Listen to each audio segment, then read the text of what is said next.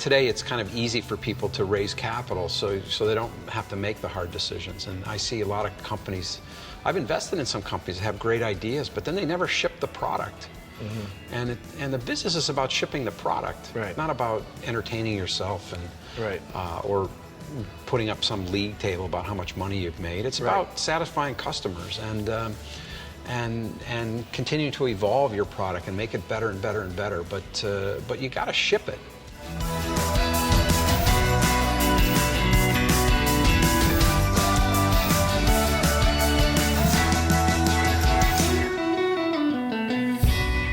There's been, over the years, it's been, ICE and has had so many tremendous achievements and so many memorable moments from, I think back when we bought it was buying the IPE or going public or, buying the New York Stock Exchange or NIBOT. Or, there's just been so many of those. And when you look back, is there any that stand out in your mind as these are the most memorable? The most memorable is oddly the one we didn't get, which is we tried to buy the Chicago Board of Trade. Yeah. And, I think more about the failures than the successes. That's kind of the way I'm wired, and I know you're wired that way. What did we do wrong? Could we have done it a different way? What did we learn from it that we took forward? It was a classic case. And there's been books written about it, actually, because it was a classic case where we lost. We did not end up buying this company, and our competitor did end up buying it. And so we, by all accounts, lost. But we walked away from that, and we won. People thought that we had tremendous credibility in the way we handled ourselves. People liked the way we handled ourselves. The company had a lot more stature and a little more swagger. And it was all designed when we went into that deal that we said we are a startup and our competitor is one of the largest companies in our space, and if it just comes down to who can pay more, they can pay more. Right. But if it comes down to who can be more creative or offer a more unique experience to the merged company, we felt we had that, and we walked out of there having demonstrated that. Oddly, our stock price was much higher after losing than before we started, because people saw that, and so it was a really interesting moment in our history that I still wish we would have got the company, but we left as winners. A lot of the resistance to that deal was around the technology because they didn't think we were good enough, and we had at that point we had been designing or re-engineering the entire platform and we're just getting to the point where we're going to be really good, and we're going to be. And we knew it and internally. We knew it, yeah. But we couldn't. We had to convince those guys, the CBOT, that we were going to be that. Who were good. Analog guys that stood on the floor. We had to convince them that this startup technology was better than the stuff that they thought that their hometown hero had. I remember spending all night till about 5 a.m. working on a presentation. Eating deep dish pizza with the guys in the library crew at the law firm, getting ready for that next day. And those memories, that's what was fun, because it was, to me, that was like competing. We were competing. We were like in there. We were the underdogs. We were like, hey. And it was like they didn't believe it. They just didn't believe that we with the numbers we were putting down in performance, that we were going to achieve that. But we did pretty shortly after that. And the other thing I remember about that time is... And by the way, we offered $8 billion for the company. I mean, we couldn't even believe we could offer $8 billion for anything. The other thing that I remember, though, and I always appreciate, is I remember you standing in front of a room full of traders, Chicago traders, and they were peppering you with questions, and they were challenging you about the deal, and a lot of it was about technology, and you had to stand up there and defend. And I felt bad because I was like, this is, gosh, I wish, you were defending me in a way, and I think back to that. And we rented an auditorium. We invited all the people in to ask us questions, and one of the things we did that really made that deal unique was we didn't leave until everybody had asked their question. We stood up there for hours. Right. And a lot of people to this day come up and say, I was so impressed that you wouldn't leave. And the questions were hard, because there were a lot of people I remember. that and it's didn't Chicago like us. guys. And It was Chicago guys. It's not like they're going to... And we just, but we had nowhere else to go, and this was a deal we wanted to do. So we just stayed in there and said, is there anything else? And our competitor then felt compelled to to do the same thing. So a week or so later, they got everybody in an auditorium, and they had a clock going, and all the hard questions came, and then they said last question, and they walked out. And so the juxtaposition of the two different attitudes really resonated with a lot of people. Again, we didn't get the deal. Right. The CME ended up spending, I think, around 11 to 12 billion by the time it was all done. But you made them pay up for it. It paid up, and we left. Everybody in as a Chicago winner. loved you because of it too. Because it was like they got I still get holiday cards from people saying thank you for the extra money that you got. It got us. It helps to have management teams in a room when you're doing a merger, try to figure out, how could this work? What would be good for everyone here if we could make this come together? Those are more rewarding. We fortunately, the New York Stock Exchange, which is a high-profile deal because of the nature of that company, the management there was great. That we all sat in a room. We really thought about, is ICE the right owner for the New York Stock Exchange? What could we bring to the stock exchange? What would it do for the average employee in the stock exchange that couldn't happen on its own? And it helped shape the thinking of that deal, so that by the time we actually did and announced the transaction, we already knew exactly what we were going to do, and we hit the ground running. Yeah, I think my favorite deal was our first big one, which was buying the International Petroleum Exchange, IPE. Yes. Because we'd been in existence all of 4 years at this point, maybe operational for one of those years, right? So we launched the company in year 2000, and we did the IPE deal the next year in 2001. Yeah, and it was great. It was tremendously interesting and challenging because here's us. We're this startup company from Atlanta, Georgia, who's buying the oldest, largest energy exchange in Europe. That was another one where they had been offered 62 or 63 million for the company, $63 million, and I said, okay, we'll double it. We'll give you 130, and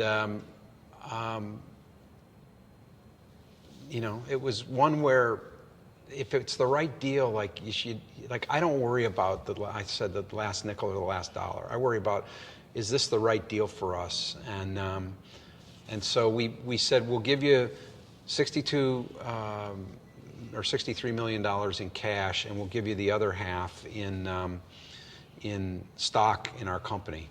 And we're going to take this company public at some point. We think we can build a great firm, and if we don't, I'll buy the shares back to you for another 63 million or whatever it was. Mm-hmm. And so we gave them an underwrite. But people look back on that. That company today is probably worth $10 billion. People at the time said, you're paying twice as much as you should pay for that. You look at it today, and it's like we stole it. It was a deal. Yeah. And it's why if you believe in what you're doing, you don't worry about that last nickel, last dollar. When I negotiate, I'm up front with my counterparty about here's what I'm trying to do, and here's what I want. And if it's about you taking the last nickel, then let's just give you the last nickel so we can get on with the rest of the negotiation. Because what we want are the industrial logic issues that will make this work for us. Mm-hmm. If you were giving some advice to someone that was starting out today, starting a company today, a startup entrepreneur, you had to give them one piece of advice, what would you tell them? I'd have to give you a little more than one. It's basically, you got to ship the product, and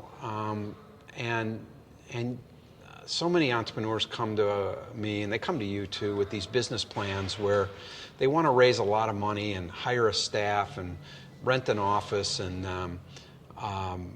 it's all about the things that look like a company, but the things that make a company are the products. And it doesn't matter whether you're doing that from your basement or an office building. It doesn't matter whether you wrote it in the middle of the night or you had some glorious infrastructure that everybody got free coffee. You got to ship the product, and so many entrepreneurs come in and they want to talk about raising capital for all this stuff, and rarely the ones that make me interested are the ones that talk about, here's the product, and here's how we're going to ship it, and here's how we're going to get it in the marketplace. You know, in sometimes in life you got to kind of freeze the space. Right. We did that all the time. Yeah. We got to be the first ones out there with something. We'll get all kind of feedback about how terrible it is. We know that, but what we also know, we're going to put some good features in there, and we'll engage the people that say it's flawed and say we're going to build a next version. We're going to build another version. You know, hang with us. I mean, even you mentioned Uber in our car ride today. I mean, it's still an unprofitable company. I mean, it's a great service, but it's an unprofitable company at the scale, at a global scale. You know, we wanted to know, how can we ship the product, and how can we get paid for it, and how can we put money in the bank? Right. You know, because we needed to pay ourselves, and and building a company like that, where you have a focus on getting to profitability and getting your products to market, are the things that I think can really make a successful company.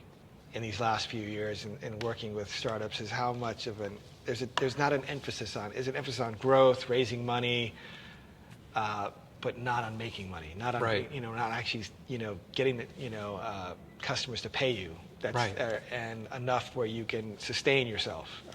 I learned a long time ago that, generally speaking, if people don't want to pay you for your product is probably not very good. Right? Yeah. I mean, there's a reason that people will accept free stuff but not pay for it. And you know, we had this certain pride that we wanted to make stuff that was good, and we wanted to get paid, and we were going to validate that we were on the right road and that we made good stuff by asking people to pay us. And when they said it doesn't work for me, we'd say, well, what would work for you? What problem are you trying to solve that we didn't solve? And we would go back to the lab, and we would solve that for them. And you know, just doing that over and over again is how you really develop a good product and build a company. Looking back, if you had to go back and give yourself advice when you were, to say 20, 30 years from now, before now, going back in time, what advice would you give yourself? Well, I can look at the ride that you and I have been on, and none of which was expected. Right. It was the outcome of millions of little decisions.